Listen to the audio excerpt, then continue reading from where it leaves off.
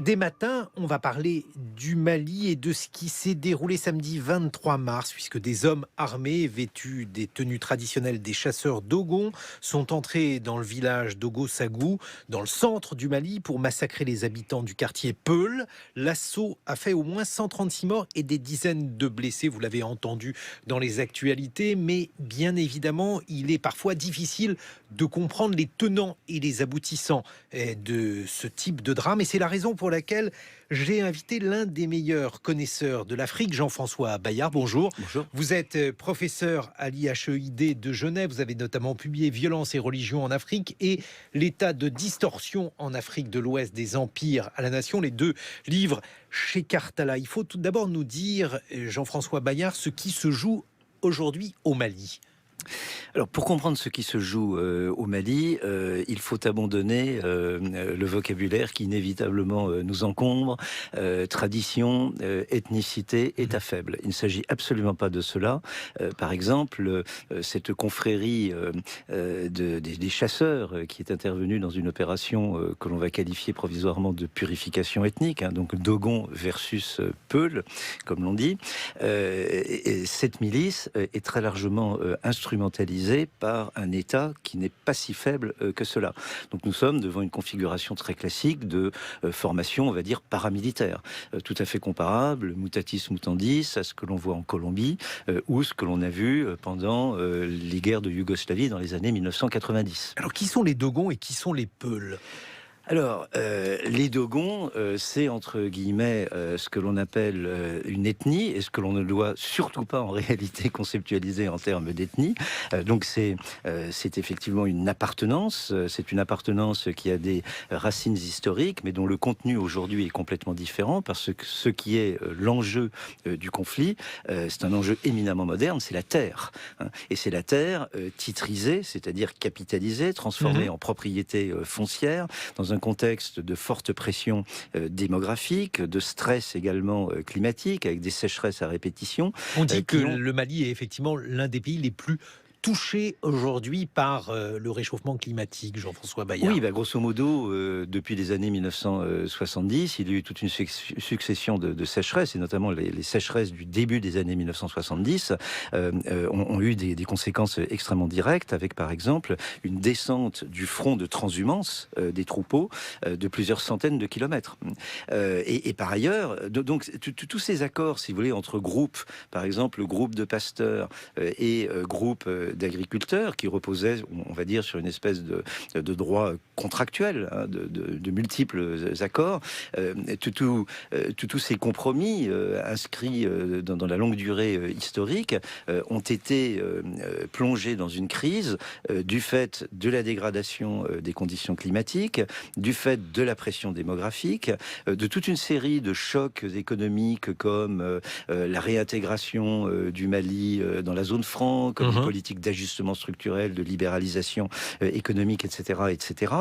Et également dans un contexte où l'accaparement privé de la terre, soit par des fonctionnaires, soit par de grands groupes agro-industriels ou des groupes miniers, remettent en cause, par exemple, les voies traditionnelles ou les voies historiques de transhumance. Donc ce sont des conflits qui sont très économiques et très modernes. Alors, on a affaire à des conflits localisés. Là où ces conflits localisés rejoignent une problématique mondiale, la problématique du djihadisme, Jean-François Bayard, c'est dans le fait que ce village, Ogo-Sagou, abritait l'un des camps informels de désarmement d'anciens combattants djihadistes. L'un de ces camps qui a été créé dans le centre du pays, c'était une initiative privé, monté par un Malien pour pallier le manque d'infrastructures du processus de désarmement, démobilisation et réintégration lancé par le Premier ministre fin 2018. On voit bien que là, on part donc d'un conflit qui peut être assimilé à un conflit intercommunautaire pour arriver à quelque chose qui nous est plus familier, si j'ose dire. Oui, alors je voudrais rappeler que cet ouvrage, L'état de distorsion, je l'ai écrit avec Ibrahima Poudjougou, un jeune chercheur malien, et Giovanni Zanoletti, et eux ont vraiment fait un terrain très très fin, et ont montré comment les logiques qui prévalent sont des logiques, on pourrait dire, de terroir historique, hein. Donc vous avez des logiques d'imbrication, c'est pas d'un côté, si vous voulez, les Peuls et d'un autre côté les Dogons, hein. Vous avez des logiques d'imbrication entre ces différents groupes qui se nouent autour d'intérêts, et certains de ces intérêts, je le répète, sont très modernes. Alors, il y a toute la question, effectivement, du rétablissement de la paix, il y a le rôle des djihadistes, et là, dans l'analyse de la religion, nous devons éviter deux écueils. Le premier écueil, c'est celui de la surinterprétation religieuse, pour parler comme Paul Venn, c'est-à-dire de voir de la religion là où il n'y en a pas forcément. Et on sait, par exemple, comment les djihadistes ont apporté une réponse à la fois politique et juridique, en mettant en avant le droit islamique, que l'État dit moderne ou l'État dit de droit n'apportait pas. Par exemple, les djihadistes sont mieux-disants dans le règlement des conflits fonciers entre éleveurs et agriculteurs. Donc vous avez tout cet aspect des choses qui est extrêmement important. Après, le désarmement, comme l'on dit, c'est une question d'économie politique. À combien on rachète la Kalachnikov, par exemple? Dans quoi va être investi l'argent de la Kalachnikov que l'État rachète, par exemple dans du bétail? Et le bétail est une manière de... c'est un point sur lequel insiste beaucoup Giovanni Zanoletti en parlant du djihad de la vache, hein, ou de la politique de la vache. Donc là, par exemple, les troupeaux, c'est pas simplement la tradition, hein, que escorteraient en quelque sorte les bergers peuls. Ce sont des enjeux à nouveau extrêmement modernes et extrêmement complexes, parce que dans un troupeau, vous avez les vaches des fonctionnaires, les vaches éventuellement de certains agriculteurs, vous avez les vaches des peuls ou d'autres groupes de pasteurs, et vous avez les vaches des djihadistes, parce que le troupeau est aussi un moyen de blanchir en quelque sorte, par exemple, l'argent des rançons ou l'argent de la démilitarisation. Mais alors, est-ce que vous êtes en train de dire, Jean-François Bayard, que finalement, le djihadisme est toujours surdéterminé par d'autres raisons, que finalement, on n'a pas affaire à un processus de radicalisation religieux, mais plutôt à des gens qui finalement vont instrumentaliser en quelque sorte le djihad? Alors le deuxième écueil qu'il faut éviter, puisque vous me ramenez celui que j'ai quand même. qu'arrive des là. Donc le deuxième écueil, c'est que il faut rendre compte de ce que Max Weber nommait les logiques intrinsèques de la foi. Et vous avez en effet en Afrique de l'Ouest une grande tradition de djihadisme qui est très complexe. Elle commence quand l'islam au Mali, qu'est-ce que ça signifie? Alors, l'islam au Mali, c'est une très longue affaire, hein, puisque l'islam est arrivé dans la région du 11e, 12e, 13e siècle suivant. Et ce que l'on oublie parfois, c'est que la colonisation a été un facteur d'islamisation. Pourquoi? Parce que d'abord, la colonisation a construit des routes, a construit des chemins de fer, ce qui a intensifié les flux commerciaux certes, mais également humains et religieux. Et l'État s'est beaucoup appuyé, l'État colonial s'est beaucoup appuyé dans certains cas sur des institutions islamiques après les avoir tenues en suspicion, notamment du fait de cette tradition djihadiste. Mais ce qu'il faut bien voir, et ça c'est un point essentiel, c'est que ce que l'on nomme le djihad est politiquement polysémique. Vous pouvez lui faire dire tout et le contraire de tout. Par exemple, le grand djihad de Ousmane Dan Fodio dans le nord du Nigeria au début du 19e siècle a été un djihad anti-esclavagiste, c'est-à-dire qui a émancipé les musulmans de la traite atlantique des Européens, tout en continuant à pratiquer un esclavage au détriment des non-musulmans. Mais alors, aujourd'hui, on considère que le Mali est très majoritairement musulmans. 95% des habitants sont musulmans aujourd'hui dans ce pays. Avec de vraies missions chrétiennes également. Par exemple, les Dogons, d'abord, sont pour certains d'entre eux d'islamisation récente, et pour d'autres d'entre eux sont éventuellement chrétiens ou sans appartenance religieuse bien déclarée, hein. Donc, oui, le Mali est un pays qui est majoritairement musulman, mais pas exclusivement. Et deuxièmement, une fois que l'on a dit musulman, on n'a pas dit grand-chose, parce que vous avez une très forte tension entre au moins, pour simplifier, 3 pôles d'islam. Un Dites-nous pôle lesquels. confrérique, qui lui-même est clivé entre... Confrérique, c'est-à-dire les grandes confréries musulmanes, comme par exemple la Tidjania, la Qadiria, éventuellement, d'une certaine manière, la Mouridia, mais c'est moins évident au Mali. Donc vous avez une mouvance confrérique que l'on va qualifier en Europe de modérée, mais enfin c'est pas si simple que cela, parce que vous avez dans le droit malékite des dispositions qui ne sont absolument pas modérées, même s'il y a une grande tradition d'accommodement politique. Le deuxième pôle, c'est un islam réformé que l'on qualifie par exemple au Mali, parfois au Mali de Wahhabia, par référence aux Wahhabites, mais uniquement parce que cet islam réformé a été porté par des marchands qui faisaient le Hajj, qui faisaient le pèlerinage et qui en rapportaient d'une part des idées réformées et d'autre part beaucoup de biens qu'ils commercialisaient. Mais ça n'a pas grand-chose à voir avec l'Arabie saoudite en tant que telle. Et puis, troisième cerise sur le gâteau musulman, si je puis dire, c'est l'islam djihadiste qui est au Mali, donc l'islam djihadiste contemporain, hein, le djihad de Ben Laden, etc., qui a été externalisé par l'Algérie au Mali.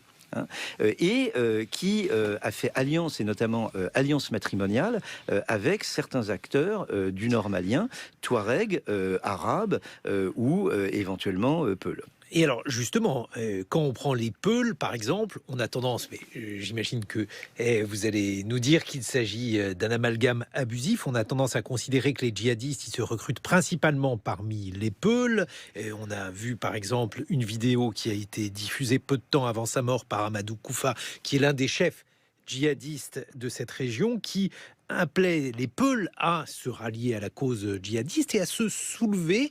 Est-ce que ça signifie qu'il y a là aussi alors une situation religieuse qui recouvre, j'imagine, une situation sociale, mais comment les choses se déterminent-elles là-bas, Jean-François Bayard, vous qui êtes un spécialiste de l'Afrique? Alors, chez les Peuls, vous avez une grande référence historique de djihad. Par exemple, Ousmane Dan Fodio, dans le nord du Nigeria, était Peul. Donc, vous avez cette rémanence ou cette mémoire historique. Ensuite, vous avez un acteur armé qui va mobiliser les Peuls, mais tout en disant bien qu'il n'est pas au service des Peuls.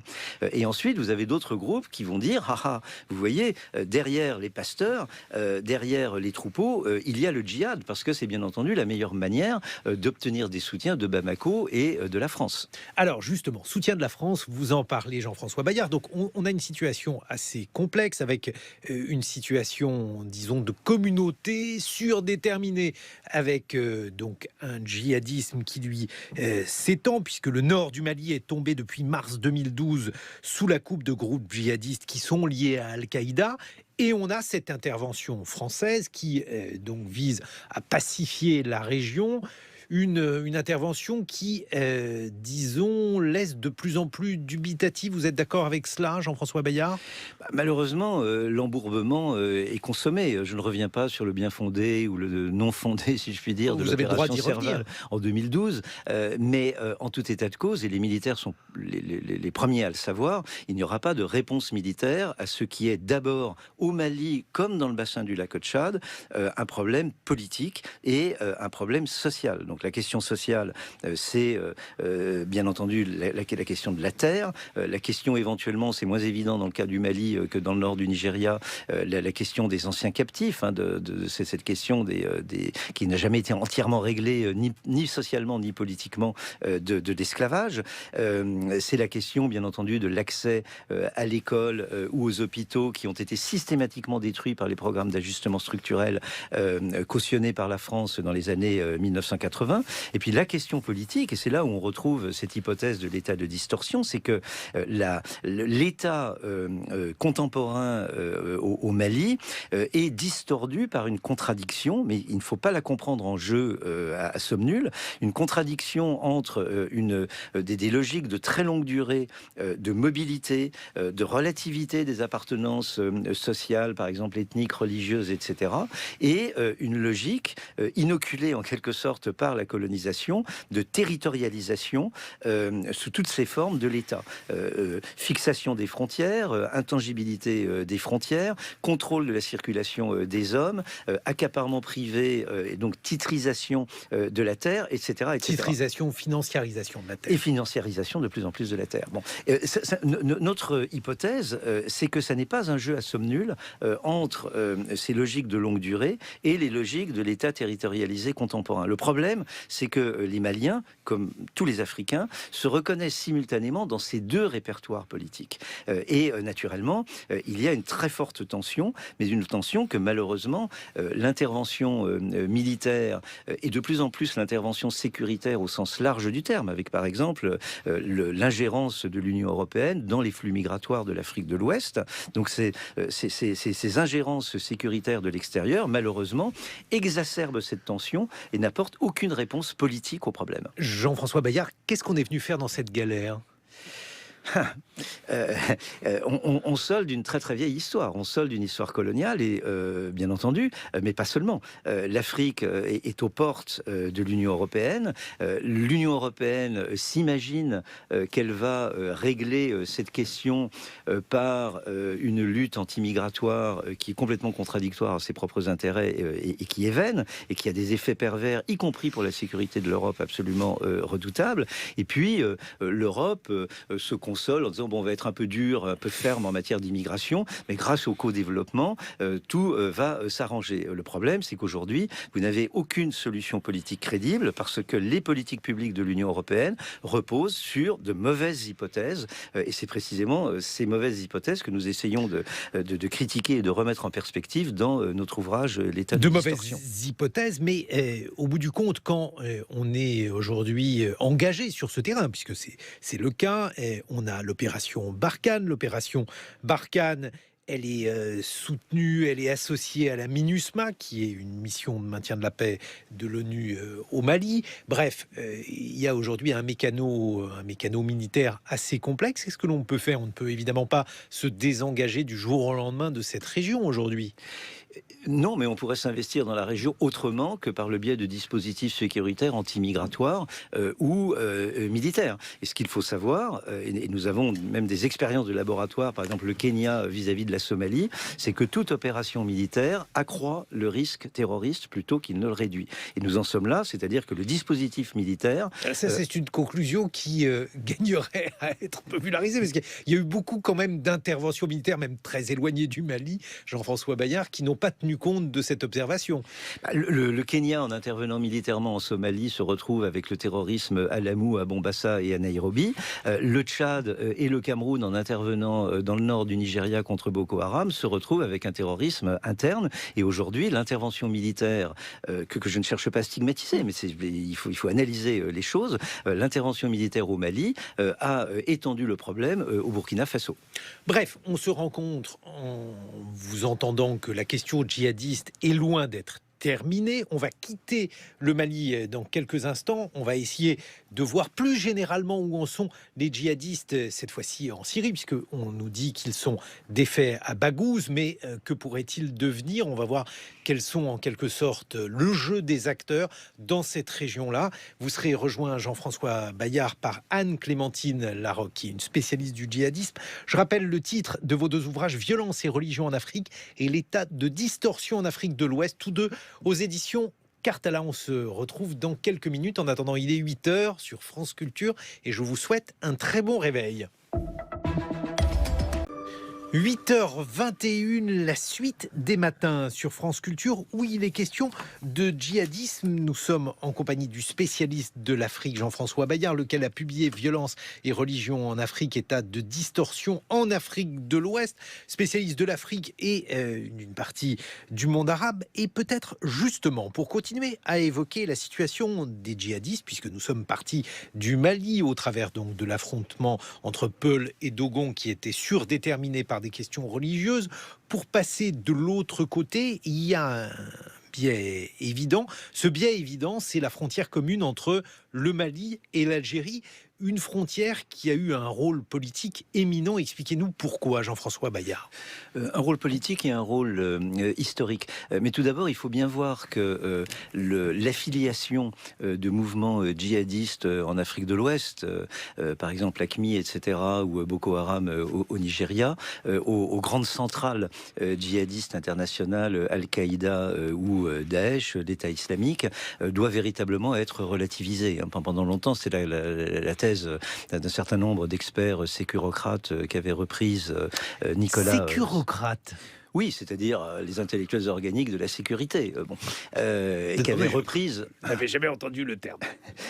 Qui avait reprise à son compte Nicolas Sarkozy en 2008, lorsqu'il avait parlé d'un arc djihadiste allant d'Afghanistan en Mauritanie. Ça c'est véritablement... On continue à l'entendre. On nous dit finalement que ces djihadistes qui sont chassés, on va en parler, de Syrie, ils vont venir en Afrique noire. Oui, alors c'est une vision complètement décalée. D'ailleurs, moi, j'avais fait partie de la commission du livre blanc de la défense et de la sécurité nationale en 2012, précisément. Et on avait réussi à évacuer cette notion d'arc de crise. Parce qu'encore une fois, ce qui prévaut, ce sont ces logiques de terroir sur lesquelles insistent beaucoup mes deux co-auteurs, Ibrahima Poudiougu et Giovanni Zanoliti. Mais ça veut dire quoi? Ça veut dire que ce sont des djihadistes qui ne sont pas expansionnistes? Ce sont des djihadistes qui ont éventuellement un agenda continental, régional, voire global, comme l'on dit, mais leur capacité de mobilisation repose sur des logiques qui sont des logiques de terroir, essentiellement des logiques agraires ou économiques. Ça, c'est absolument fondamental. Après, vous avez cette dimension religieuse qui est importante, qu'il faut comprendre, mais alors pour en revenir à la question que vous me posiez sur la frontière entre le Mali et l'Algérie, c'est une vieille histoire, parce que à la fin du 19e siècle, l'armée française venant d'Algérie et l'armée française venant de Bamako, ces deux armées françaises ont failli s'affronter militairement pour délimiter le partage entre l'Algérie française et ce que l'on appelait à l'époque le Soudan, qui deviendra le Mali. Bon. Ensuite, c'est une histoire que l'on retrouve pendant toute la colonisation, parce que le colonisateur français, notamment l'armée, va s'appuyer sur certains clans Touareg pour gouverner sur un mode indirect. Et lorsque la perspective de l'indépendance approche dans les années 1950, il y a un double problème. Le premier problème, c'est la réticence des Touaregs, au sens générique et large du terme, mais aussi bien des Arabes, etc., de se trouver sous l'autorité politique de Bamako, et de gens qui n'ont rien à voir, ni religieusement, ni socialement, avec notamment tout le contexte historique de l'esclavage ou du post-esclavage. Et puis vous avez un autre problème, c'est qu'à l'époque, dans les années 1950, vous vous en souvenez, l'Algérie est en pleine guerre. Et le FLN, le Front National de Libération, envoie tout d'abord un certain Frantz Fanon, nouer une alliance avec le Mali qui vient d'accéder à l'indépendance, qui est dirigé par un homme profondément nationaliste, Modibo Keïta, et qui est prêt à ouvrir un nouveau front, une nouvelle wilaya saharienne. Et ensuite... Frantz Fanon qui deviendra, il faut le rappeler, un grand théoricien de l'anti-colonialisme, etc. Et sur la base du rapport de Frantz Fanon, le Front de libération nationale algérien envoie un certain Bouteflika, organisé à Kidal, dans le nord, une ville dont on entend beaucoup parler depuis l'opération Serval, dans le nord du Mali, qui vient organiser cette wilaya. Et encore aujourd'hui, en Algérie, l'on appelle ce qui reste de monsieur Bouteflika, Boudef le Malien. Bon. Donc vous avez toute cette mémoire historique, et l'une des suspicions des élites politiques de Bamako à l'encontre des Touaregs, c'est cette tentative d'indépendance, enfin de constitution d'un État transsaharien par l'armée française pour distraire le Sahara de l'État algérien. Et notamment, c'était le Sahara du pétrole, c'était le Sahara de Reagan, des essais atomiques, etc. etc. Donc vous avez, si vous voulez, sur ces confins algéro-maliens, une histoire complexe, une très longue histoire qui reste extrêmement active. Alors un dernier mot sur cette chose, c'est que il faut quand même souligner la profonde ambivalence de l'Algérie sur la question djihadiste. L'Algérie, parce que grosso modo, l'Algérie est à l'Afrique de l'Ouest, ce que le Pakistan est à l'Afghanistan et à l'Inde. C'est-à-dire que se pose dans un rôle sécuritaire, anti-djihadiste, etc., mais n'hésite pas, bien entendu, à instrumentaliser le djihadisme. Et ce que l'on a appelé AQMI, donc le premier groupement djihadiste au Mali, a été très largement externalisé par les services de sécurité algériens, qui voulaient se débarrasser du problème qu'elle avait en partie couvé pendant toutes les années 1990. Et alors justement, Jean-François Bayard, puisque aujourd'hui l'Algérie est en transition et aujourd'hui sur le point donc de devoir opérer un tournant, en tout cas c'est ce que réclame une grande majorité des Algériens. Que peut-il advenir de la politique sécuritaire algérienne? Est-ce que donc ce que certains redoutent, c'est-à-dire un retour de la guerre civile, en tout cas ce qui est agité par le pouvoir, est-ce véritablement un scénario? Et le risque djihadiste est-il important aujourd'hui dans ce pays? D'abord, Guillaume Erner, vous êtes fort optimiste en parlant de transition, parce qu'on peut aussi bien concevoir une restauration autoritaire telle qu'elle a prévalu sur un mode plus ou moins vigoureux dans la plupart des pays des dits printemps arabes. On peut envisager que les sécurocrates, puisque vous aimez le terme, les sécurocrates algériens non seulement agitent le spectre de la guerre civile, mais éventuellement le réactivent. Comme ils l'ont fait dans les années 1990. En tout cas, ils le font pour la première partie de votre phrase, c'est déjà le cas. Bon, et comme, bien entendu, le régime Assad l'a fait en Syrie. Hein. Donc aujourd'hui, il est tout à fait prématuré d'envisager ce que sera la politique algérienne au Sahara, mais quelle que soit l'issue de la crise ou du problème politique algérien, il faut voir que l'Algérie est un acteur majeur, non seulement en Afrique de l'Ouest, mais par exemple en Tunisie, en particulier, bien entendu, par sa politique sécuritaire, mais également par le biais de la contrebande, y compris de la contrebande du pétrole, par exemple.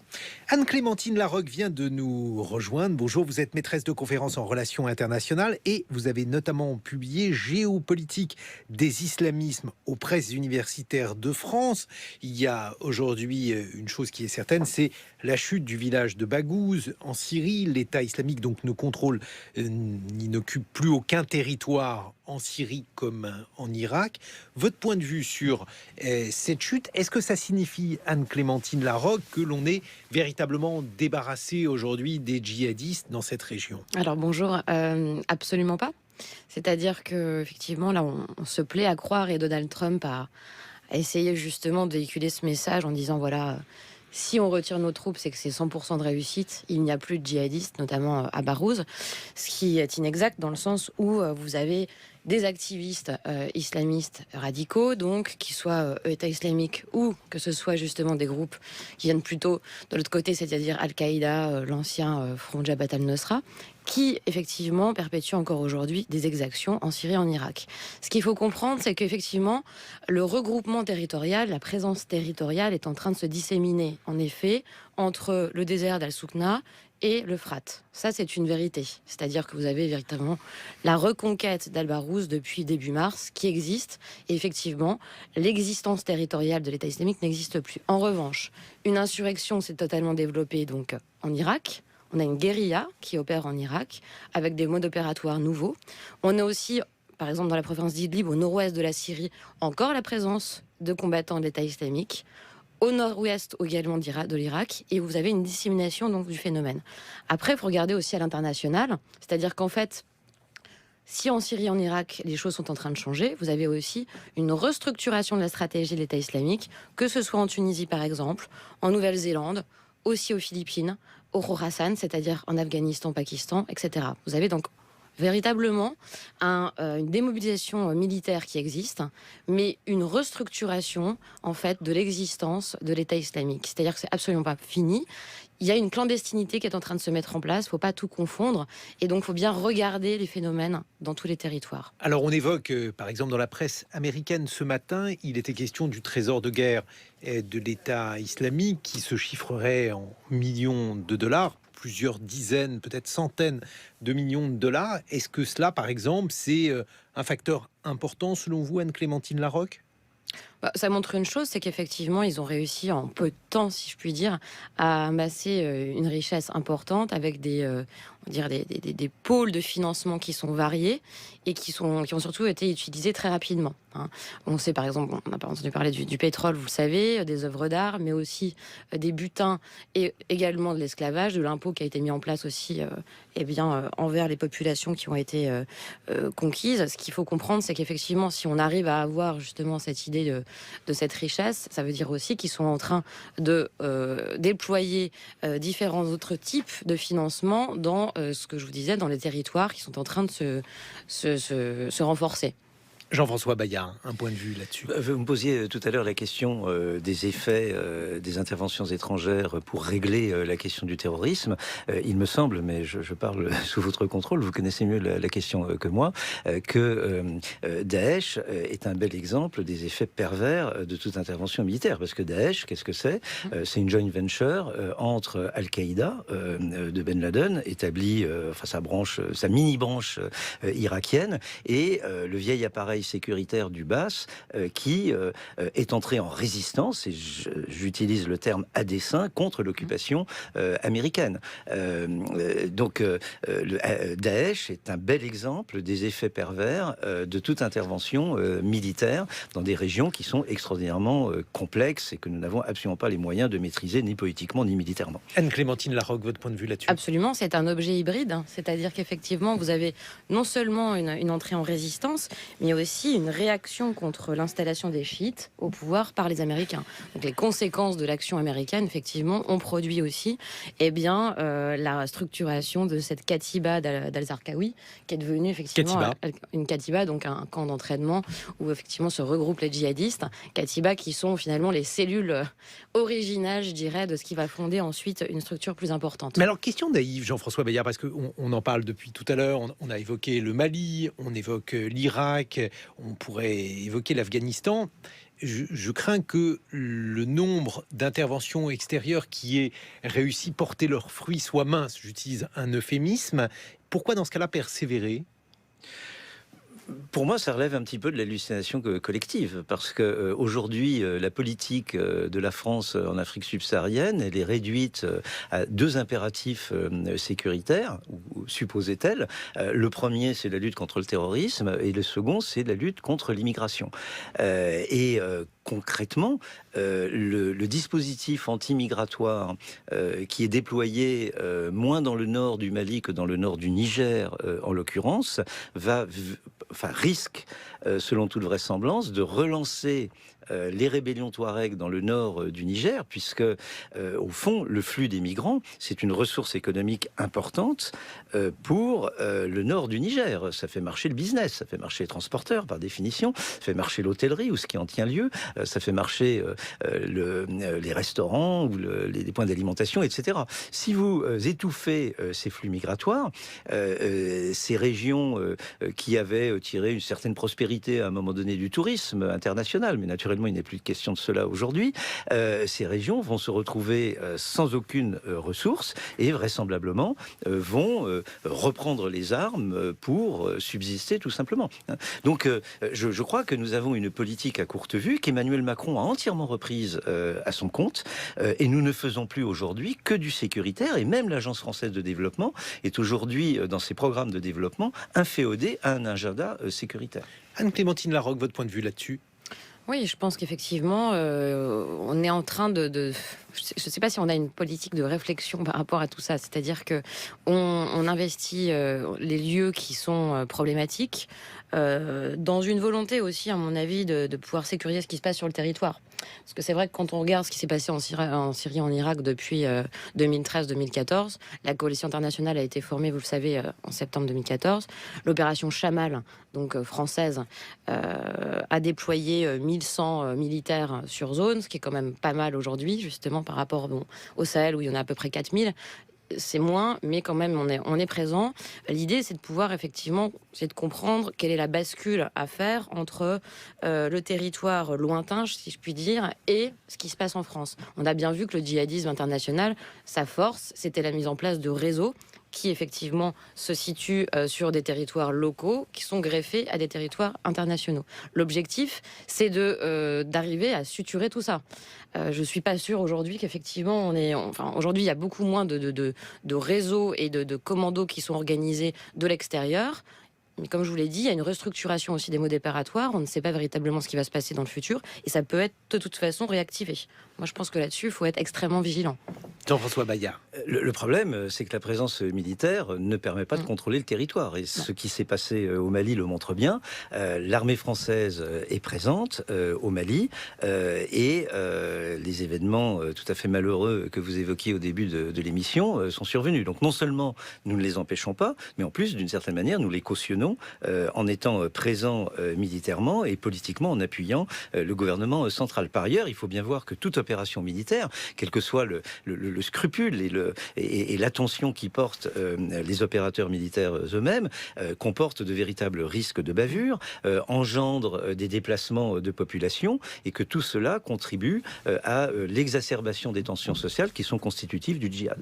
On continue à évoquer la situation à 8h37 sur France Culture, la situation donc des djihadistes. On l'a évoqué en Afrique, on l'évoque maintenant en Syrie, puis dans les autres pays de la région. Nous sommes en compagnie de Jean-François Bayard et d'Anne-Clémentine Larocque. Anne-Clémentine Larocque, en dehors de la Syrie, quels sont les autres points, les autres abcès de fixation des djihadistes? Vous évoquiez par exemple la Tunisie. Que se passe-t-il Oui, là-bas? alors la Tunisie, depuis à peu près un mois, on a retrouvé en fait les traces d'une organisation de plusieurs protagonistes qui voudraient remettre en place une province, donc wilayat, de l'État islamique au nord-est de la Tunisie. Cette donne est importante dans le sens où la Tunisie, vous le savez, a été touchée par plusieurs attentats, notamment à partir de 2012, mais particulièrement en 2015, avec le Bardo, avec Sousse. On a eu très peur, effectivement, comme vous le disiez tout à fait justement, quand même encadré par la Libye et l'Algérie, qui sont quand même deux, je dirais, pays qui ont ouvert les katibas, les armes depuis pas mal d'années pour l'Algérie et depuis 2011 pour la Libye.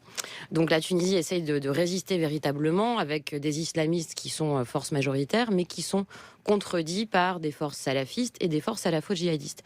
Et l'État islamique aurait encore les moyens d'imposer en fait une certaine force et je dirais d'insurrection, mais aussi politique dans ce pays. C'est-à-dire c'est-à-dire qu'en fait, il serait en train d'organiser davantage d'attentats, mais aussi un positionnement territorial au nord-est de la Tunisie pour pouvoir justement faire encore le lien entre les katibas d'Algérie et les katibas libyennes. Jean-François Bayard sur la Tunisie. Ce qui renvoie à la dimension sociale, c'est que le développement et la formation de l'État en Tunisie ont été complètement asymétrique et que l'arrière-pays est dans une situation de déshérence sociale qui est à l'origine de ce que l'on a appelé le printemps arabe, de la révolte 2010-2011 et cette déshérence économique et sociale à laquelle le nouveau régime n'a absolument pas répondu, naturellement constitue un terreau favorable au recrutement djihadiste. Vous avez un désespoir social dans ces provinces que j'ai eu l'occasion de visiter, qui est absolument effrayant. Mais on peut également penser au Rif au Maroc, qui est lui aussi une zone en déshérence sociale, avec une crise très mal gérée actuellement par le pouvoir politique marocain, que l'on a connu plus habile dans...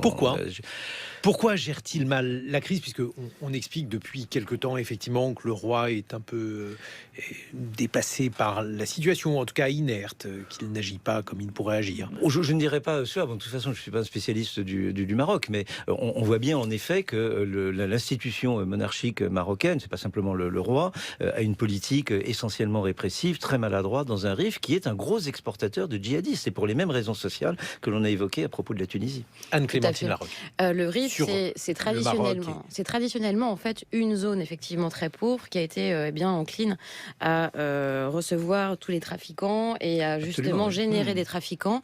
L'immigration donc des Rifins en France notamment, dans le sud-ouest de la France par exemple, et en Belgique effectivement avec Molenbeek. Donc cette triangulaire qui s'est mise en place en fait entre le continent africain, la France et la Belgique date pas du tout des années 2010, mais date au contraire des années 70-80, quand il y a eu un déplacement où on a structuré comme ça, effectivement, des populations qui étaient paupérisées et qui ont voulu aller chercher autre chose ailleurs.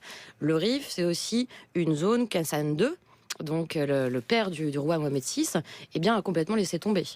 Mais sciemment, c'est-à-dire qu'il y a eu à la suite du soulèvement de 58. Exactement, à la suite du soulèvement. Et donc dans cette mesure-là, le Rif, c'est un territoire effectivement qui symptomatise un peu tous les maux du Maroc et qui continue finalement de montrer que le Maroc n'a pas résolu toutes ces énigmes, bien au contraire. Avec une crise sociale qui est même plus large et qui dépasse la question du Rif aujourd'hui au Maroc et une certaine impuissance quand même des pouvoirs publics. C'est ça, et donc le PJD, donc les islamistes qui ont été élus depuis 2011, puis réélus en 2016, n'ont pas, et c'est comme Enarda, de toute façon aussi au Nida Tounes en Tunisie, n'ont pas réussi de toute façon à juguler le problème de la crise économique. C'est ça le problème, c'est que, si vous voulez, on a eu des avancées sur un plan de liberté, éventuellement, de droit. Avec beaucoup de régression actuellement. Et avec beaucoup de régression actuellement, mais qui n'ont pas réussi à pallier les manques de toute façon économiques qui sont à la base de la grogne sociale. Et ça, je pense que c'est quelque chose qui aujourd'hui est bien fait que ces territoires-là peuvent être tout à fait fragilisés. Anne-Clémentine Larocque, vous qui avez publié notamment Géopolitique des islamismes, qu'est-ce que l'on pourrait faire dans ces différents pays? On pourrait d'ailleurs évoquer, pour finir, l'Égypte, où là aussi on a des islamistes, semble-t-il, assez prospères, notamment dans le Sinaï. Alors j'ai surtout développé ça dans mon essai L'islamisme au pouvoir, qui est sorti l'année dernière, justement Tunisie, Égypte et Maroc. Et effectivement, le Sinaï est la troisième zone, je dirais, d'inquiétude. Aujourd'hui, vous avez encore l'opération donc Sinaï qui a été lancée en 2018 par Al-Sisi, suite, souvenez-vous, à l'attentat qui avait fait plus de 300 morts dans une mosquée soufie. C'est un attentat très très important qui n'a jamais été revendiqué, mais on sait que l'État islamique est derrière. Cette zone du Sinaï, elle est quand même extrêmement fragilisée. C'est une zone insurrectionnelle, c'est-à-dire qu'on n'a pas, l'État de droit n'arrive pas, et l'État n'arrive pas justement à se mobiliser véritablement sur cette zone. Des problèmes de tribus aussi, d'opposition de tribus qui sont instrumentalisées, comme on l'a dit aussi, par les djihadistes. Une porosité avec la frontière, bien sûr, avec Israël et tout le conflit israélo-palestinien qui a nourri aussi des problèmes dans le Sinaï. Et cette installation du Wilayat Sinaï, c'est-à-dire de l'État islamique depuis 2015, dans la zone, font que c'est une zone qui est insécurisée et qui peut, encore une fois, amener le problème, je dirais, syrien-irakien aux portes du Caire. Jean-François Bayard. Oui, et avec la répression d'au moins une composante d'expression politique de l'islam, à savoir les frères musulmans. Je dis au moins parce que les salafistes ont plutôt été cooptés par le régime du maréchal Sissi. Mais je pense qu'en Égypte, le problème, là aussi, est social, économique et politique. Et interdire toute forme d'expression politique de l'islam dans une société qui... dans la société civile est très largement constituée par des institutions ou des forces religieuses, c'est complètement inviable et cela se traduit inévitablement par des tensions, par une espèce de militarisation, si vous voulez, du problème. Anne-Clémentine Larocque, qu'est-ce que l'on peut faire dans ce contexte-là ? Être pédagogue, c'est-à-dire expliquer aux gens aussi la différence, je pense, encore une fois, entre les salafistes, les frères musulmans, les musulmans eux-mêmes, et essayer aussi d'avoir une vision globale. C'est-à-dire que là, on vient de parler du monde musulman, du Dar al-Islam. Il faut regarder aussi, justement, là où l'État islamique s'installe dans un monde qui ne soit pas musulman d'origine et non arabe, surtout. Je l'ai mentionné, les Philippines, par exemple, mais aussi, bien sûr, le Khorasan, donc l'Afghanistan et le Pakistan, qui sont traditionnellement plutôt caïdistes, avec une présence des talibans, donc ce qui floute aussi les choses, et aussi une volonté, une perspective en Asie centrale pour l'État islamique de se développer. Donc il faut regarder, je dirais, la chose de manière globale, ne pas regarder que la France, ne pas regarder que l'Afrique du Nord, mais aussi regarder comment est-ce que se déploie et s'organise cette organisation terroriste qui reste très dynamique à l'heure actuelle. Est-ce que ça veut dire, juste pour conclure, Anne-Clémentine Larocque, qu'il faudrait choisir entre des régimes qui seraient des régimes terroristes modérés et des régimes terroristes durs, des régimes... Alors terroriste modéré, je ne connais pas. Mais en tout cas... le choix qui avait peut-être, été fait. juste que j'ai développé dans mon essai comme hypothèse en tout cas, c'est que le fait d'arriver au pouvoir pour des partis islamistes d'origine frériste, donc frères musulmans, a forcément eu un effet sur la communication de ces partis qui ont voulu se normaliser et qui pour certains ont lâché leur matrice idéologique religieuse. Je ne sais pas si c'est un espoir, mais en tout cas, ça diversifie la donne islamiste. Un dernier mot, Jean-François Bayard. Dans les années 1950, la France refusait de négocier avec les terroristes du FLN. Les États-Unis sont intervenus en Afghanistan pour renverser les talibans il y a une vingtaine d'années et aujourd'hui négocier avec les talibans. Donc il y a bien un moment où il faudra négocier avec les gens que l'on qualifie aujourd'hui de terroristes. Merci à tous les deux. Vous restez en notre compagnie. Anne-Clémentine Larocque, vous avez notamment publié L'islamisme au pouvoir, Tunisie, Égypte, Maroc. C'est aux presses universitaires de France et Géopolitique des islamismes. Et Jean-François Bayard, Violence et religion en Afrique et l'état de distorsion en Afrique de l'Ouest. Vos livres chez Cartala Éditeur.